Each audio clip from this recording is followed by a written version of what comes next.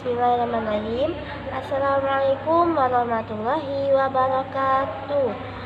Oke, yang terhormat kepada Abi Hanif dan Umi Ida selaku direktur dan pengasuh pondok pesantren Supreme Al-Laibah Hanifida, yang saya hormati seluruh jajaran pengurus, serta Mbak Rifki sebagai Menteri Peta Imajinasi, dan teman-teman yang saya sayangi dan juga saya banggakan. Tak lupa juga pada keluarga dan teman-teman pondok pesantren Ulumul Quran Al-Abqah di Perjiwa Kalimantan Timur, Tenggarong Seberang. Semoga selalu diberi kesehatan oleh Allah, dipanjangkan umurnya, dilancarkan rezekinya, dimudahkan segala urusannya, dan selalu dilimpahkan ridho, rahmat, dan rezeki dari Allah Subhanahu wa Ta'ala. Amin amin ya rabbal alamin. Oke, saya atas nama Ulia Amalia Sari dari kelas 10 MA Quran Al-Laibah Hanifida akan mempresentasikan kitab Ubudiyah di bab ke-6. Nah, di sini saya akan menjelaskan yang pertama itu tentang tajhizul janaiz. Nah, apa itu tajhizul janaiz? Nah, itu artinya adalah merawat atau mengurus orang-orang yang telah meninggal dunia. Nah, secara fardu kifayah, hal-hal yang harus dilakukan itu yang pertama adalah memandikannya, yang kedua itu adalah mengkafaninya, yang ketiga itu adalah menyolatinya, dan yang keempat adalah memakamkannya. Nah, mayit muslim. Jadi ada beberapa hal yang harus kita lakukan bagi mayat muslim. Itu pertama adalah memandikannya, mengkafaninya, menyolatinya, dan memakamkannya. Saya itu syahid dunia akhirat. Dan syahid dunia akhirat ini beberapa hal itu dibagi dua macam. Yang pertama adalah harus menyempurnakan kain kafannya, apabila pakaian yang dikenakannya itu kurang. Habis itu yang kedua adalah memakamkannya. Selanjutnya itu ada kafir zimmi. Apa itu kafir zimmi? Nah, kafir zimmi itu adalah semacam sekelompok orang non-muslim yang merdeka dalam kalangan orang-orang muslim, yaitu orang kafir yang sudah melakukan perdamaian dengan orang muslim. Yaitu orang muslim itu dilarang untuk memerangi kafir zimmi ini ya, karena mereka telah melakukan perjanjian perdamaian, dan mereka itu walaupun mereka kafir, mereka itu akan tetap mengikuti aturan-aturan khalifah. Nah, jadi bagi orang kafir zimmi yang telah meninggal dilakukan dua macam saja. Yang pertama adalah mengkafaninya dan memakamkannya, tidak perlu menyolatinya. Selanjutnya itu memandikan mayat.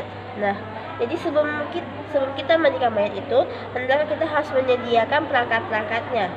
Yang pertama itu menggunakan daun bidara. Habis itu juga menggunakan sabun yang diaduk dengan air yang bersih. Kemudian habis itu juga ada yang menggunakan air yang dicampur dengan kapur barus, habis itu handuk dan lain-lain. Jadi itu tempat memandikannya. Nah, tempat memandikannya itu harus sepi dan tertutup, tidak boleh ada yang masuk kecuali bagi orang-orang yang bertugas.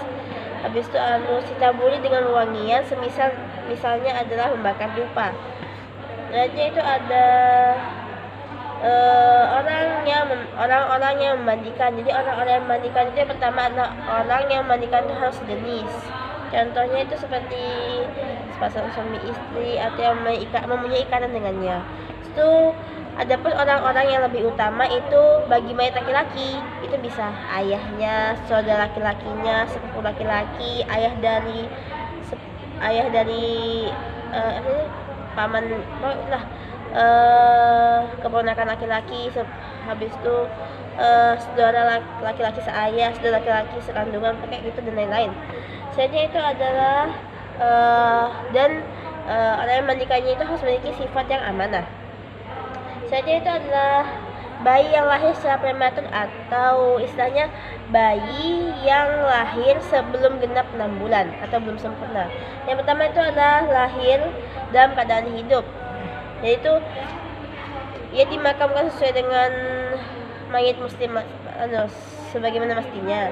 Yang kedua adalah bayi yang sempurna tapi tidak diketahui kehidupannya. Yang ketiga adalah bayi yang lahir tapi belum berbentuk manusia. Selanjutnya itu etika memandikan mayat. Nah, etika memandikan mayat itu yang pertama adalah haram untuk melihat aurat mayat tersebut. Habis itu yang kedua itu adalah wajib menggunakan alas. Yang ketiga adalah dibaringkan yang di tempat mayat tersebut dibaringkan di tempat yang agak tinggi. Habis itu baru mandi dalam keadaan tertutup. Habis itu setelahnya yang kelima itu sunnah menutup wajahnya, dan yang terakhir adalah memandikannya itu sunnah menggunakan air yang dingin. Oke, sekian presentasi saya, kurang dan lebihnya saya mohon maaf. Wabillahi taufiq wal hidayah. Wassalamualaikum warahmatullahi wabarakatuh.